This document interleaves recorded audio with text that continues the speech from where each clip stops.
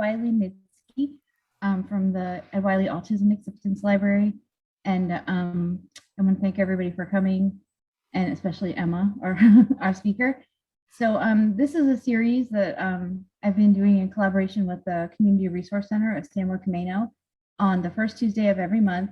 We just have different speakers on topics that we think are important to the community. Not all of them have to do with autism or disability, but most of them have a little bit to do with that. So, and I also want to thank Autistic Women and Non-Binary Network for the use of their Zoom platform so that we can hold these safely virtually right now and record them.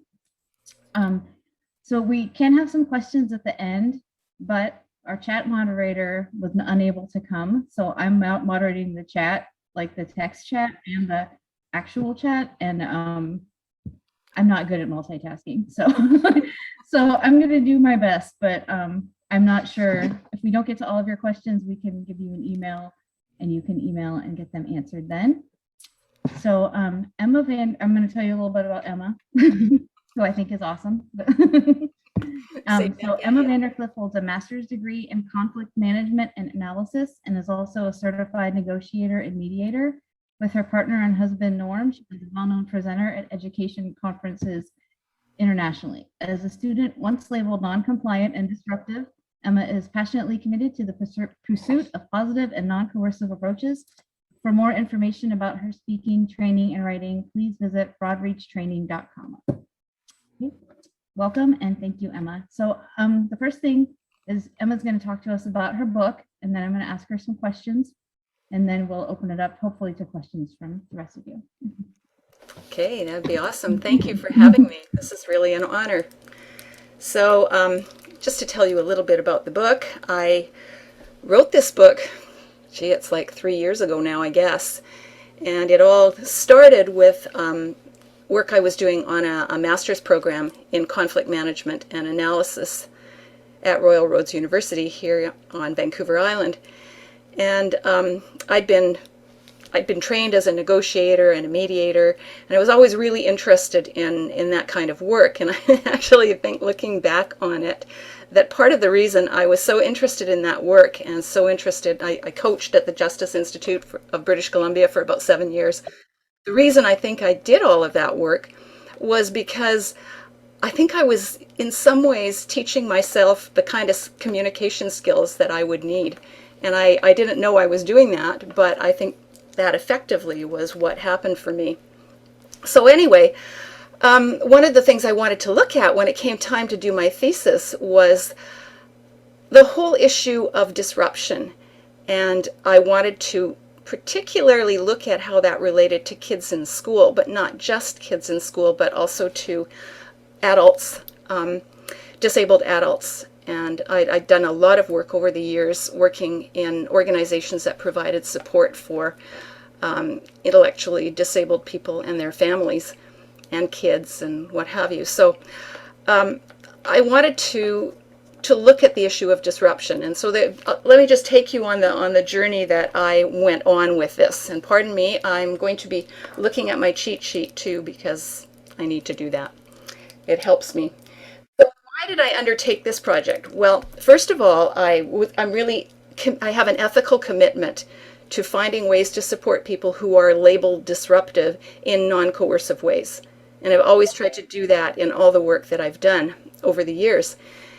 And so this was just an offshoot of that. And then the next thing is that I have always had a particular fascination in the idea of cross-pollination. In other words, using the ideas found in one field of endeavor and applying those lenses to other fields of endeavor. And that's what led me to hostage negotiation, and I'll get into that in a minute. But the third reason is probably the most compelling reason, and that is that I was one of those kids that was labeled disruptive. It started out when I was as early as I can remember, and most of the time in my early years, it meant just shutting down, sitting in a corner somewhere and staring out the window. I'm sure there are a number of you who can relate to that. But by the time I hit high school, that wasn't working for me anymore, and I became the kind of kid that I wanted to talk about. I was disruptive, and I finally left school in desperation at the end of the 10th grade because I just couldn't do it anymore. The classroom was such a hostile environment for me. I eventually went back and I kind of put together an unconventional educational kind of trajectory, if you like. I went to college for a while and I dropped out of college too. And then eventually I was accepted into a master's program based on the work that I've been doing over the years as an adult student. And that's how I came to do this work. Now, the work that I had been doing during those years was basically, as Lee mentioned, doing presentations internationally with my partner. And a lot of that stuff was on this topic. It's my particular passion to look at that whole issue of disruption. Excuse me. And so I thought when it came time to do my thesis, I was trying to figure out what I was going to do. And then I remembered something that a friend of mine who was an educator and also trained as a federal agent years and years and years ago, he said to me once that teachers routinely did things to confront kids in schools that hostage negotiators would never dream of doing. And I remember being completely gobsmacked by that comment. I thought, what do you mean? You know, I watch TV. I've seen the Kevlar vests. I've seen the smoke bombs. I've seen the directives. I've seen all of that, as you probably have too. And of course, you know, having some familiarity with what goes on in law enforcement, I was kind of skeptical because it did seem to me that most law enforcement subscribes to the idea of the action imperative, you know, shoot first, ask questions later. And I think we've been seeing that a lot over the last many years. And so I was skeptical, but it intrigued me because I thought this is just so counterintuitive. So when it came time to do that thesis, I thought, all right, I'm just going to go and see what I can find out. And so I set about looking into this whole thing. I read everything I could get my mitts on, and I started calling up hostage negotiators from all over North America. So I talked to the guy who negotiated the Lufthansa hijacking. I don't know if any of you are old enough to remember that, but that was an Ethiopian national, I think, hijacked a plane with about 154 people on it. And Dominic Messino, who I interviewed quite extensively, really, really great guy. He died about 3 years after I did the thesis, which was really unfortunate. We'd been talking a bunch. And Dominic negotiated that whole thing from a flight, you know, where they regulate the flights. He had to do that over the phone. And then another guy was John Toast, who negotiated the Headingley prison riots here in Canada. Another person was Robin Bursell, who was a negotiator and then became a forensic artist and then went on to write best-selling novels, crime novels, sometimes with Clive Cussler, for any of you who are crime novel junkies, and a bunch of other people. Andy DeWeese, who turned out to be a bylaw enforcement officer after he retired, and he said he's never had to enforce anything because of the stuff that he learned in his work. So in speaking to them, I discovered this whole group of women and men who were doing things that seemed, again, really counterintuitive to me in terms of what I'd come to expect from law enforcement. And they told me really clearly that they're an arm of law enforcement that doesn't operate on the whole premise of the action imperative.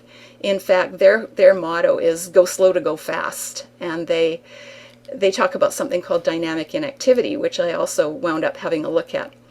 So just to give you a little bit of a background on why it is that they're so separate from this, and by the way, they have a 90% success rate in resolving issues without violence or harm or death.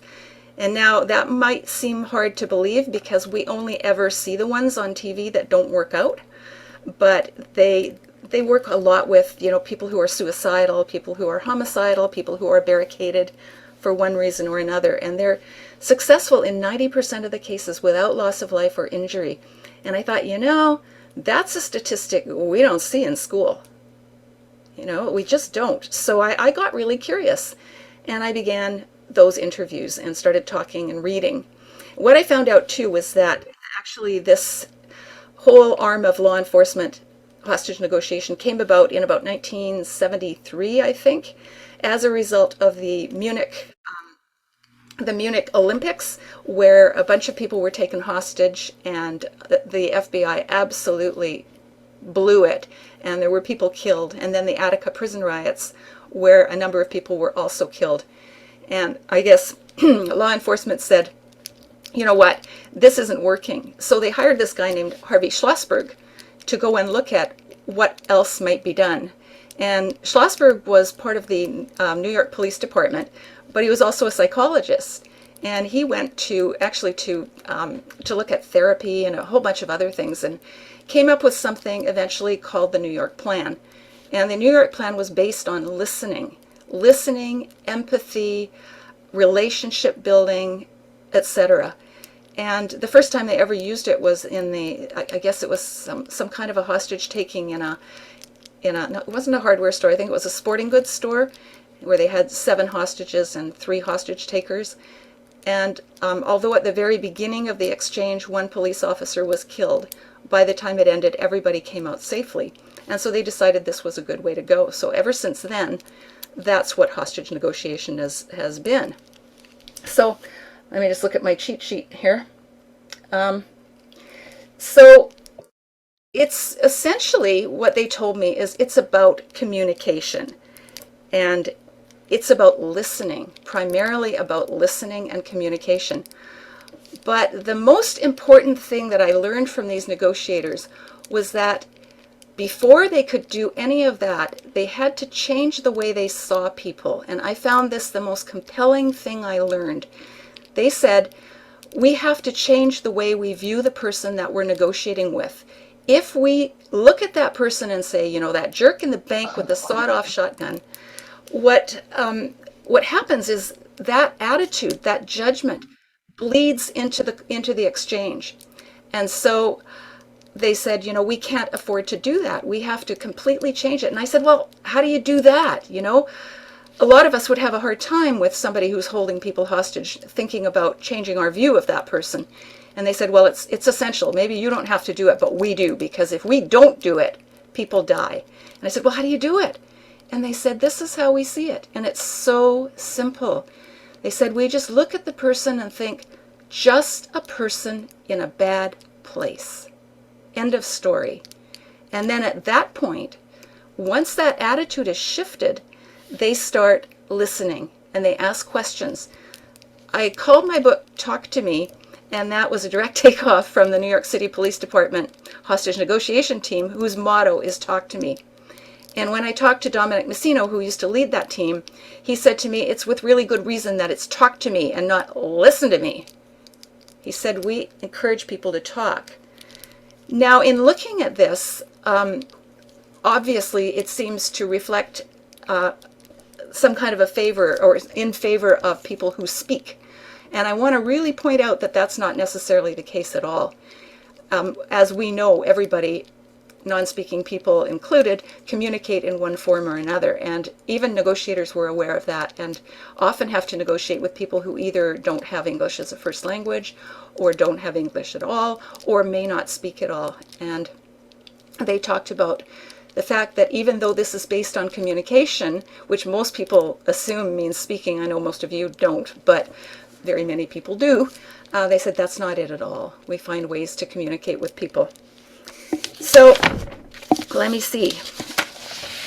So this whole idea of just a person in a bad place, the way I saw that was that it's a form of relocating the problem, so that the problem isn't the person, the problem is the problem. And let's talk about what the problem is and find out what it is. Over and over and over again, negotiators said to me, you know, what we find is that people just want to talk. They just want to tell you what's going on with them. And I heard that again and again, and I've told a few stories in the book that relate to that.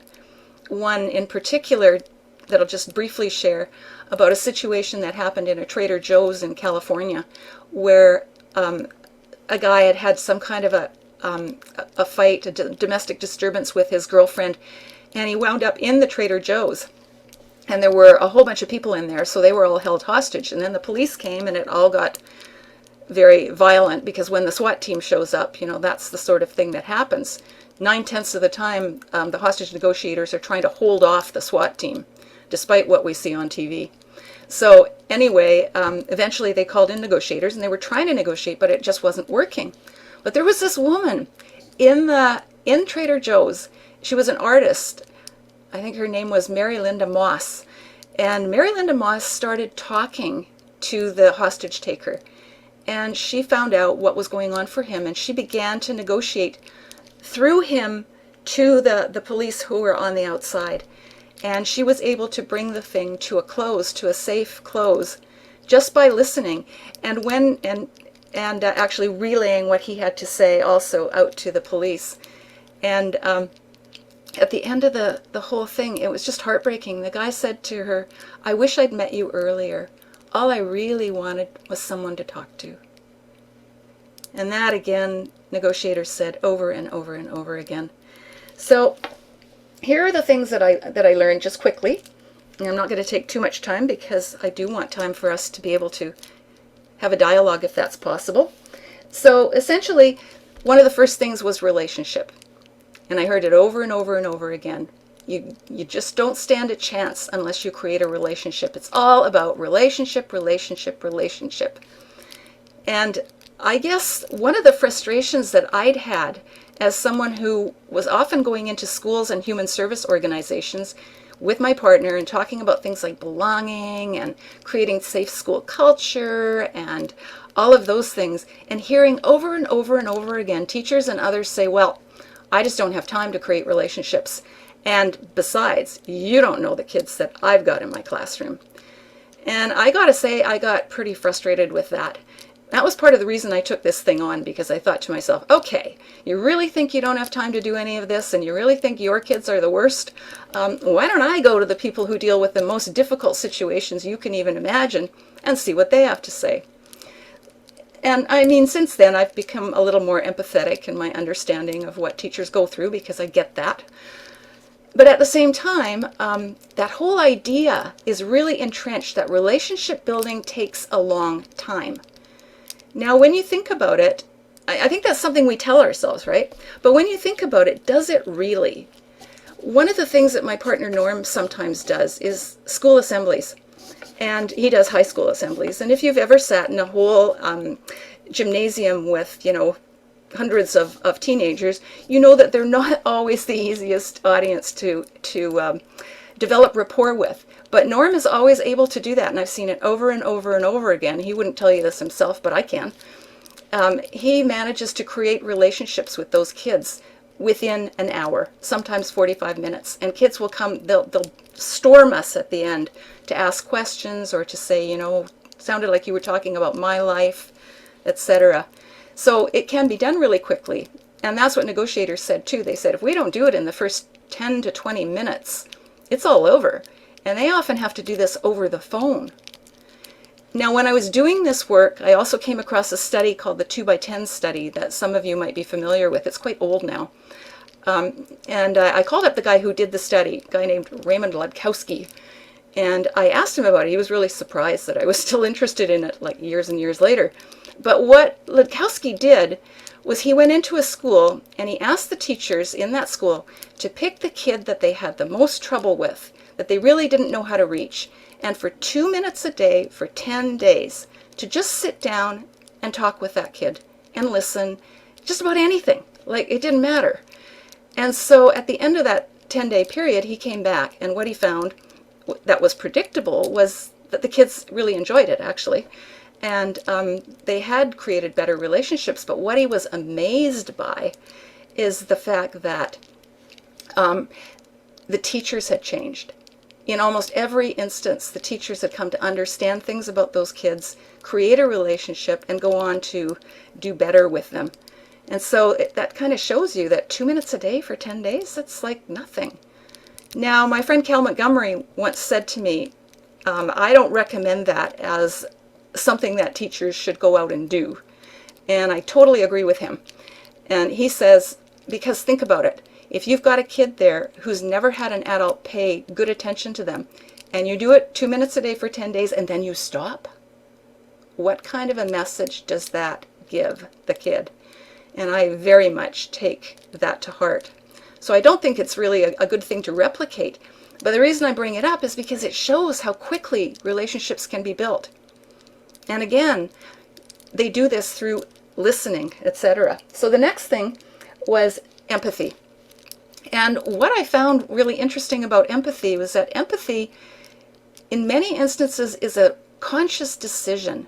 It's not just this, flood of fellow feeling. It's something you decide to do. You decide to see that person in a new light and to put aside your judgments about that person.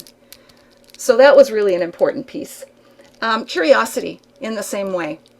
And just to be really curious and to try to find out what it is that's going on. Because again, all people really want to do is just tell you what's been going on for them. Listening was very, very critical, obviously. Self-awareness, just to be aware of your own triggers so that you can, in advance, decide not to let things trigger you that might. And they really talked a lot about that it was all over if you couldn't do that. Face saving. And that's an interesting one, and I run into this all the time. People will say, well, isn't face saving just placating the person and letting them get away with bad behavior? Oh, something I hate to hear. But really, face saving, everyone is always involved in face issues. We're always trying to save face for ourselves. It's just what we human beings do. We want to be understood for what we mean and what we intend, and where we're coming from, and that's all it is. So they talked a lot about needing to help people to save face. Dynamic inactivity, that was one of my favorites. I thought, what the heck is that? But it stands in opposition to the action imperative, which I was talking about before, that most law enforcement has. And essentially it was go slow to go fast, and don't jump into things. Negotiators said to me that most negotiations fail when people just jump to do something. And they said, we do what's called dynamic inactivity. And my friend and colleague, Alfie Cohn, was helping me with this thesis when I was doing it. He was my advisor. And Alfie, when I told him about that, he said, wow, that looks just like a bumper sticker I once saw that said, don't just do something, stand there. And that it's a little more than that, but it's essentially making a decision not to jump into action right away, but to just take a little time. And as Schlossberg once said, as you do that, you can see the level of tension come down. And they talked a lot about diffusing tension. And one of the things that I wound up reading as I was doing this is that if you ask a question and the person has to think about it, they kind of move from lower cortex thinking to upper cortex thinking, and they have to shift that lower brain where it's fight or flight or see red or whatever. They have to shift into a more rational form of thinking. And they did studies on this. This guy from a hospital in I think in Washington, D.C. or something. Anyway, he did studies on this, and he found that when we listen and even when we're thinking to answer a question, our breathing changes and our heart rate goes down, our respiration changes, all of that. And so essentially when you're listening to someone and you're not just immediately rushing to try to tell them what to do, it actually works to de-escalate them. Physically, it's a physiological de-escalator. So the other one was thought interruption, which I thought was interesting, because sometimes, when people get going, like you're listening to them, but it starts to be like a repetitive loop. And they said, sometimes you have to get out in front of that. And they told me a number of stories about that. Andy DeWeese said he was called into a domestic dispute one night, and he said, nothing I'm doing is working. They're yelling and screaming at each other, and he says, so I went to the fridge and I made myself a peanut butter sandwich. He says they were so shocked, they just stopped. And the next day, one of the partners phoned him and said, thanks for that. That was really helpful. We don't even remember what we were fighting about. So I heard a number of stories like that where it just was to stop the trajectory. People often believe that venting is a good way to get rid of anger, but there's a lot of research that says that that ain't necessarily so. Carol Tavris wrote a book called Anger, the Misunderstood Emotion, and she talked about that, and she said, if we tell the same story over and over and over and over again, it gets to be like a pony rut, like deeper and deeper and deeper as you go around, and we'll convince ourselves that there's no other way to see it. And so the problem story becomes the big deal, and any alternative stories or other ways of looking at things kind of get pushed to the margins. And so they said sometimes you just have to gently and carefully interrupt that trajectory, and it has to be done respectfully, because if it isn't, then it's all over. All of this has to be done respectfully and without telling people what to do, without directives or any of that stuff. So finally, the last thing was problem solving, and they all said there's a reason that that's the last thing we do, because actually our tendency is to rush into problem solving too fast. And a lot of people who have jobs like that, like teachers and human service workers, and a lot of us actually, are taught that our job is to solve problems and to get it done fast. And they said, big mistake. We go do that and people die, and they gave me examples of that. Our friend Bill Page is a former educator, and he always says, never give someone swimming lessons when they're drowning in the pool.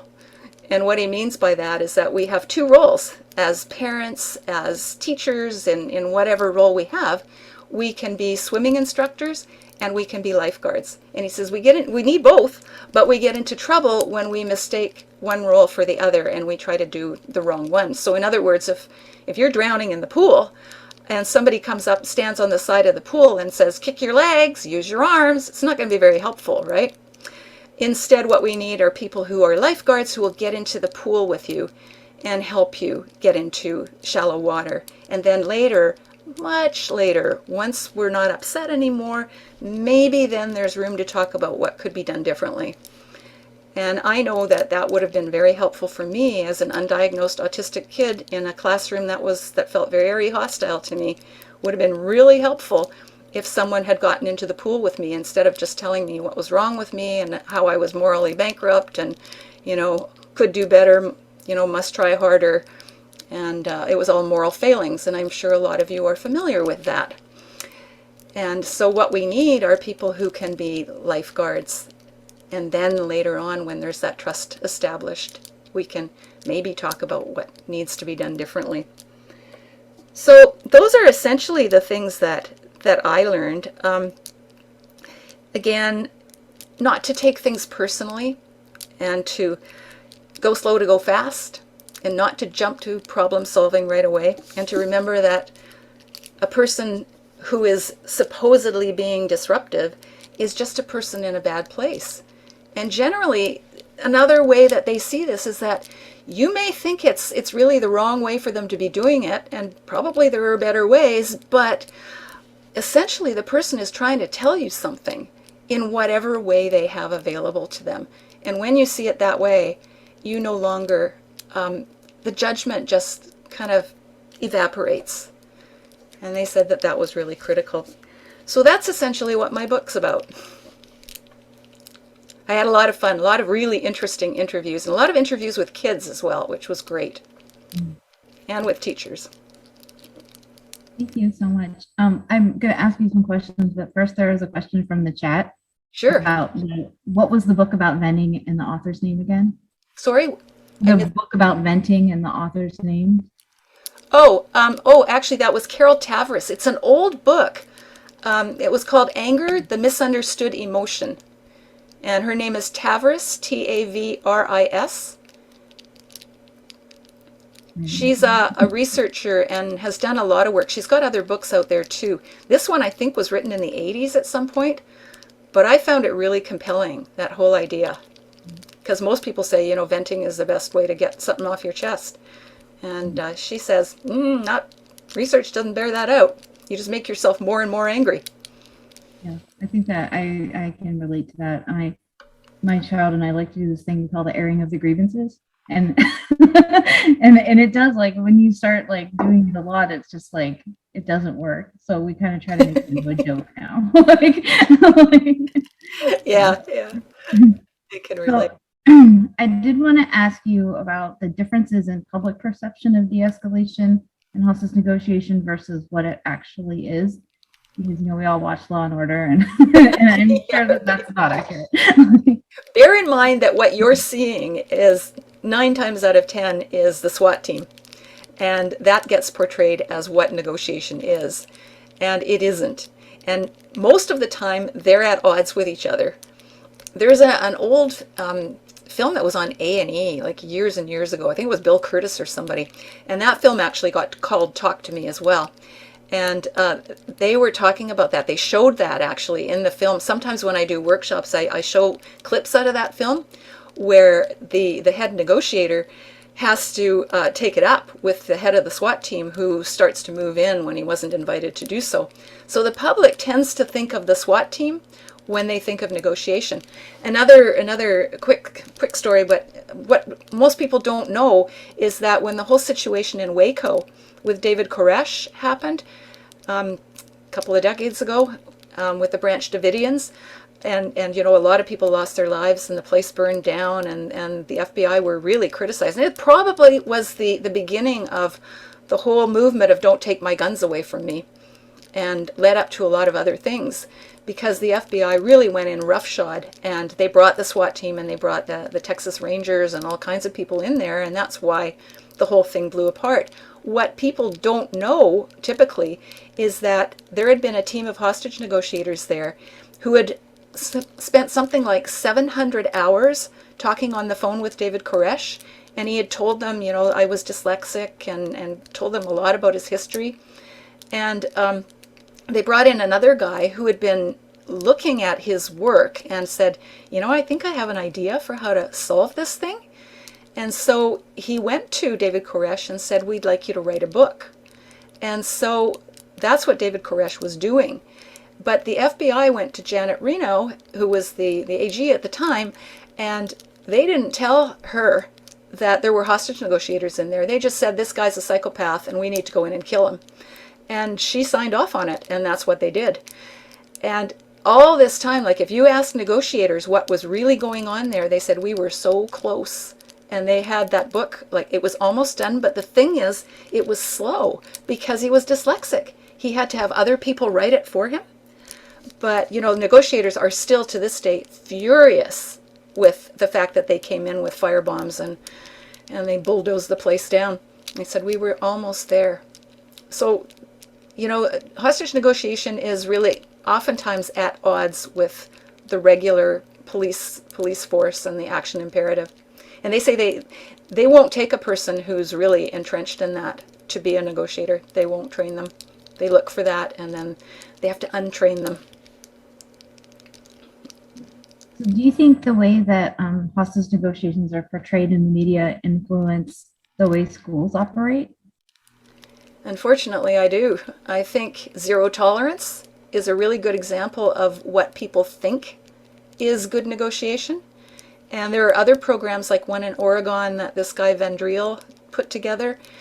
It wasn't a bad idea at first. He wanted to bring a number of people in when they thought they might have a potential school shooter or somebody who was really, in their minds, disaffected from the school population, and they would convene a team to talk together and kind of try to sort it out. But unfortunately, that has gone sideways in many instances where people have just gotten impatient, made judgments. The one case in Portland, I think, was a kid that was wearing a heavy coat, and we all know people who like to have weighted blankets and heavy coats, and he also had a real interest in weapons, and he was making them himself, but he was never in any sense going to be a danger to anyone. He wore the coat because it made him feel settled. And they came in and they expelled him. They went on locker searches, and his parents later said, you started out trying to fix a situation that never needed fixing, and you created the very thing you thought you were dealing with. That kid quit school. Really sad story. So there's a lot of perception out there that winds up in schools, and it's very much about, just we won't put up with that. Zero tolerance is the classic example of that. And even if it's not called zero tolerance, it often shows up in one form or another, like zero tolerance. And so you've got the triage system of, detention, suspension, expulsion, etc. And nothing good ever comes from that whole trajectory. I talked to a lot of kids who just laughed, and they said, even detention's like, what's it going to do? Doesn't do a thing. So, I have a sort of related question you may be able to answer about the mental health of kids during the pandemic. Oh, yeah. I'm hearing like a lot, especially locally, there's been a lot of talk about fights in schools and how, and there've always been fights, but there seems to be a perception that it's worse now than it used to be. Yeah. And do you think that adults are like kind of unrealistic to expect kids to go through this like past 2 years without having any trauma or any like behaviors? Yeah, in a word, I do think it's unreasonable. And I mean, really, all of us are going through this, right? It's and the adults as well, and teachers are kind of scared for themselves too. But and I think we cut them some slack, but I think kids get the brunt of it.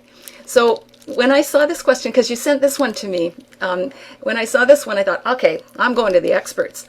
So I called up two of my favorite experts, who are my two great nieces, Mika and Emiko. Mika's a teenager, and Emiko is in middle school. And I asked them this question, and they were talking about, how do you like this one? In Emmy's class, and Emmy is the middle schooler, in her class, they now have to wear masks, and they're not allowed to look at each other. They have to sit side by side. Now, for some of us, that would be really easy. I kind of like sitting side by side and talking without eye contact. But for a lot of kids, that's a real problem. And Emmy said she got around that by making a picture of herself with a smile and two eyes, and carrying it on a stick, and then attaching it to her hat eventually, and her mask. But she said, we have been really, really, really stressed. And she was talking about one of her very good friends who is autistic, and said, it's been really hard for Madison because they have she's in a really good school. They kind of do it right, I think. A lot of stuff around LGBTQ plus, and real strong culture of acceptance. And anyway, they have a room that is not a timeout room, and Emmy was very, very adamant about that. And she says, I use it too, and it's a place where we can go, and there's no lighting in there, just a bit of natural light, and we can sit in there and, regulate or do whatever. And she says, but since COVID, they can't have it for whatever reason. And she says that's been really hard for her friend Madison. And so she's having more meltdowns and more, difficult times. And also, they've been moved around the room, and she said that's been disruptive for a number of kids, herself included. Now they're at the back of the room at a different table, and all of that is because, they're cohorting or putting kids more like further apart. Understandable, but I think that it's often lost on the adults that this takes a toll. So I said to them, so what helps? And again, Emmy, who's the very clear, talkative, precocious thing, she said, well, the best thing is cats. And I said, well, yeah, it'd be nice if you could have them in school. And she said, well, listen. She said, one of our teachers brought in baby chicks. And we had baby chicks in the classroom. And she said, you would not believe how wonderful that was and how much that settled us down. And she said, it wasn't just me, it was all kinds of kids. And then she told me that in one of the classrooms, they named one of the chicks Nuggets and the other one KFC. Oops. But yeah, I said, what else would help? And what do you do when people are struggling? And they said, again, this is Emmy. She just said 2 words: be patient. couldn't have said it better myself. And if there's one thing that I think is there in the negotiation literature as well, that would be it. Be empathetic, be patient. And yeah, I think we expect an awful lot from kids right about now, and they are having mental health issues. Both of the girls talked about that, about kids in their classes and themselves. And they said, especially when they were out of school, that was really hard. And luckily, they've got some teachers who really seem to be getting it right. But that isn't the case everywhere, unfortunately, as many of us know. There's a couple people who have questions. So Sarah Sanders Gardner. Sarah, there you are. Hi, Emma. So happy to see you. Happy to see you too. For doing this. I'm just so excited. So it sounds like you're saying that taking a relational developmental approach is the way to go, and super happy to hear you say that. I 100% agree. We're in a college setting, and that's what we do. That's what our conduct manager does as well. Really, really happy with that. My question for you is, for those students who we're doing that with, and they clearly need that, and they continue to violate the student code of conduct despite that developmental approach, again and again, regardless of us working with them, even in my program, which is very hands-on, and this is an exception rather than the rule. Do you have any advice for that? I always think of my friend, the late Herb Levitt, who used to say, nothing works all the time. Right. And that's why I'm asking you, because I don't know what to do in some of these. I think sometimes we conflate some of this stuff around relational stuff and empathy and listening and all of that to being kind of soft and wishy-washy. And I don't think that that's necessarily the way it needs to be. I think clarity is good for everybody, I know I need it. I'd much rather people were direct with me than that they beat around the bush. So we can't confuse this with just being nice, Yes. Unfortunately, it gets seen that way. Well, just be nice and we'll all just get along. Well, sometimes it's got to be clarity. And while the triage system is not very effective and usually winds up with people being lost in the system, I think we do have to create safe places to the best we are able. There's no such thing as a thoroughly safe place, as we all know, but to do the best we can and then be clear. Yeah. And nothing works all the time, sadly. Thank you, Emma. Thanks so much. Oh, thanks. Nice to see you. Satin Desiree Arnett, question? Okay. Yeah. Hi. Hi. I think there's a question in here somewhere. So I work, I don't work for the school or the school district, but I do work alongside the district and do a lot of stuff within the school, equity team and things like that, and training and stuff. But like right now, I know one of the directors our district has been trying to go to is kind of what you've talked about, is when kids do get in trouble or things are happening. We're trying to take that approach of speaking to the kids, figuring out what's going on, instead of just looking at them as, that bad kid, or just finding out what's the reason behind why they're doing.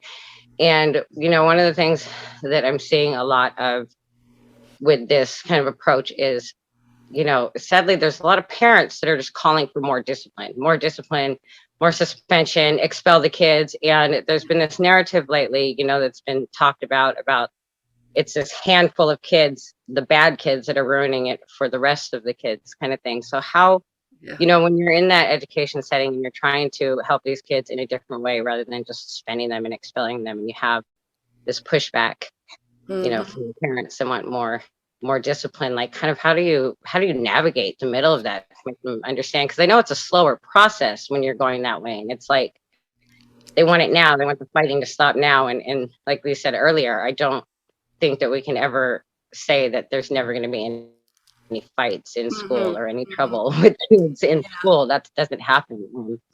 but just kind of how do you navigate, that in between there when you're trying to help the kids and you're trying to make the parents and the community understand that, expelling them and suspending them is just Yeah. not working. And Yeah. we can't look at them as labeling them as the bad kids, because I mean, in my experience, I was one of those labeled bad kids when I was younger, and the more they labeled me the bad kid, the worse I got. Mm-hmm. So, and Self-fulfilling prophecy, huh?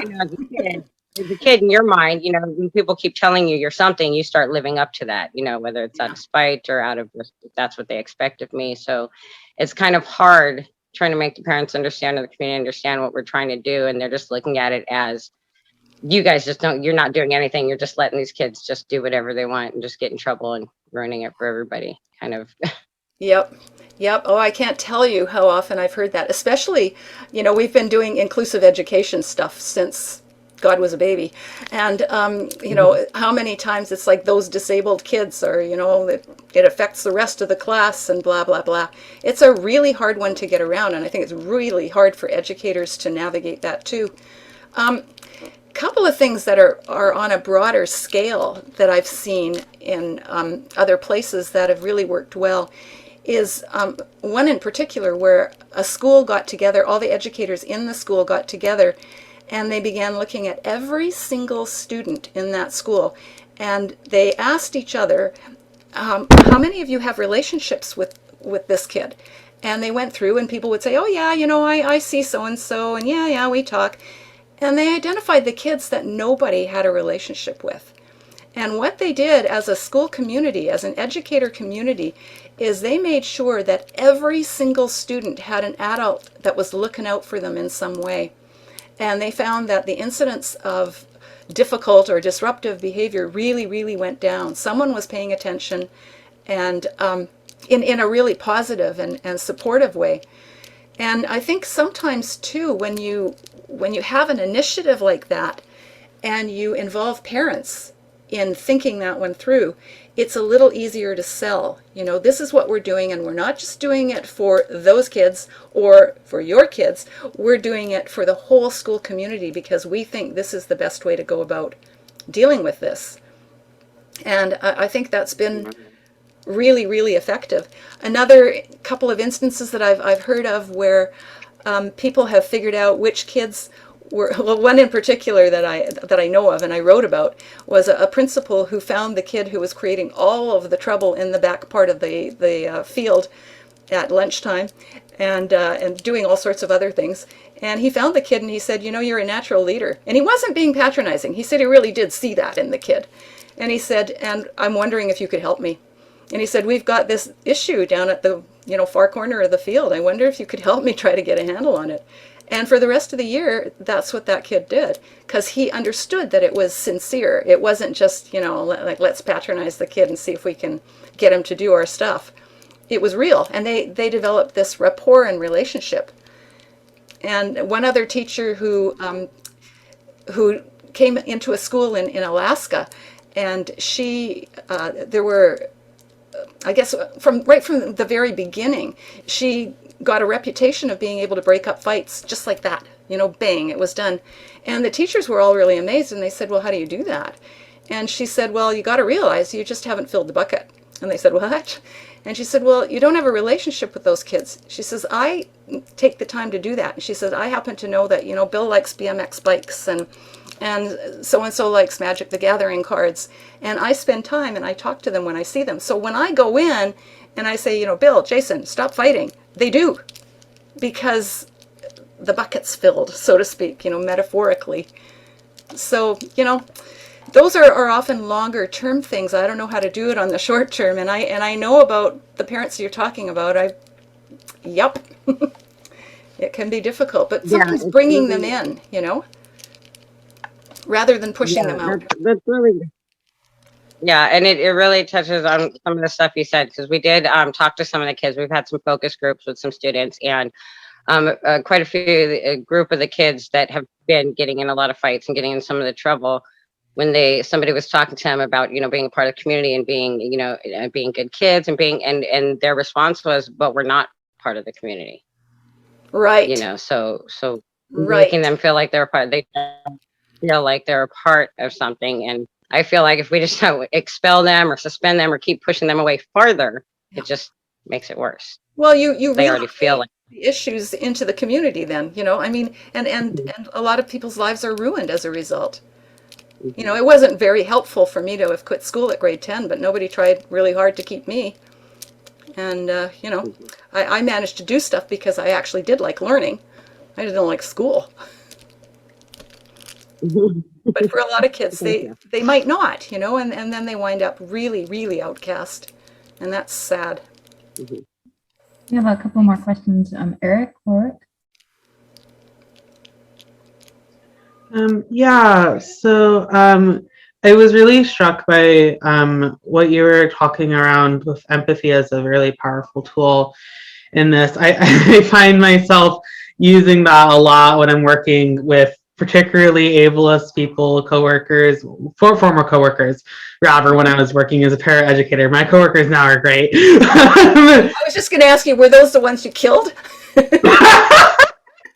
Sorry, couldn't resist. Well, I don't know.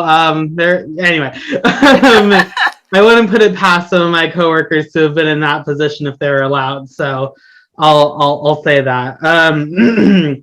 But so those kinds of conversations, that the kinds of conversations I had with them, I had to really practice empathy on that and try and get through some sorts of concepts of disabled people as human beings to them. And more of my question on that is, I'm wondering, when you're trying to spread these ideas that you talk about in your book around building relationships and actually having empathy for people who are like disabled people, students you're working with, which just anyway, like how have you like gotten that across to administrators and teachers and other folks to a place where you think they're trying to actually understand? Because I know there's a lot of resistance to anything, and I'm sorry if you've already addressed that a lot. I'm a little scattered, as you can tell. No. I completely get it. And having been in that situation too, I mean, I could be really glib here and actually pretty accurate when I say, well, they've paid me to be there. So There's that. And in the early days when I was doing presenting, I would come in like gangbusters, and I would be really confrontational. And Norm used to say to me, "It's not a sermon, it's a seduction." Okay, let me try this again. It's taken me a long time because, of course, my experience in school. How ironic that I wound up doing so much work in my adult life in schools, where I can't even smell the inside of a school without, and there I was talking with educators. But yeah, I think the task for a lifetime is how you deal with your peers in all of this. One of the things that I don't think I paid enough attention to being explicit about in my book is looking at the power differential. And like when we're talking about kids, I'm really clear. Like, these are the adults. Like, forget it, people. And I don't think it means you have to put up with anything and everything, and certainly not from our peers. I think we get to step in when we need to. And even sometimes with the kids. But I think just understanding that power differential between adults and kids is just so clear. I mean, it really is all about power. And it's harder when that's less clear, and I find myself tripping up too. Somebody says something and I just, but, task for a lifetime? Yeah. I feel you. it. You bet, thanks. Dinah Carol Olson, you had a question? Yes. Hi. So I love this approach, obviously, but I'm always wondering, like, how to introduce these things to the system so that the system adopts the approach, so that it isn't so individual, like one classroom or one school. How do these slot into, like, do they slot into some existing systems like MTSS, or what's your experience? Well, the only thing I can think of right out of the gate is some of Ross Green's work, but otherwise I haven't seen very much of anything. And people sometimes ask, like, where are the really good school districts? And we always have to laugh about that and say, well, we don't know, because it's always one school or one classroom or one whatever at a time. Back when I worked in human services and we were bringing people out of institutions and back to their home communities and finding places for them to live and working with nasty neighbors, going back to what Eric was talking about, and trying to talk with people about the fact that the people living next door were not likely to be mass murderers. Their goals for the time being were learning to eat with a spoon. We had to do a lot of that kind of work. And where was I going with that now? Oh, and we tried to do something where we said, look, if we left, us core of people who were in charge of this stuff, if we left, could we make the organization safe enough so if we got hit by a bus, that old saw? And what we found is that it just doesn't work that way. We worked with a school in New Mexico where the principal was amazing. And when you get a good principal, that can really have a big impact on the way a school runs. And he was phenomenal. And he had done all this stuff. He had kids who were living out of cars and, with their families and like really, really depressed socioeconomic sector, and disabled kids and LGBTQ plus kids and everybody. And he was just phenomenal. He left, and the person who took over turned the atmosphere of that school and the whole culture of it right into the very opposite. It was really disheartening. So what we've learned over time, unfortunately, is that it always is only one person at a time, and if you're really lucky, you've got a good administrator, somebody who really is on board. But I'd have to kill myself if I thought it couldn't be done at the grassroots level too. I think it can be, and people do subversive shit all the time. And we see that as well, where oh no, my school doesn't work like that, my principal's not like that, but I am. And one woman I met in Chicago at one point, she said, I hate all this PBIS stuff because, we have to keep data. And she says, if anything goes wrong, you got to send the kid to the principal's office. She said, I've been a teacher for 40 years. I have never sent a kid to the principal's office, ever.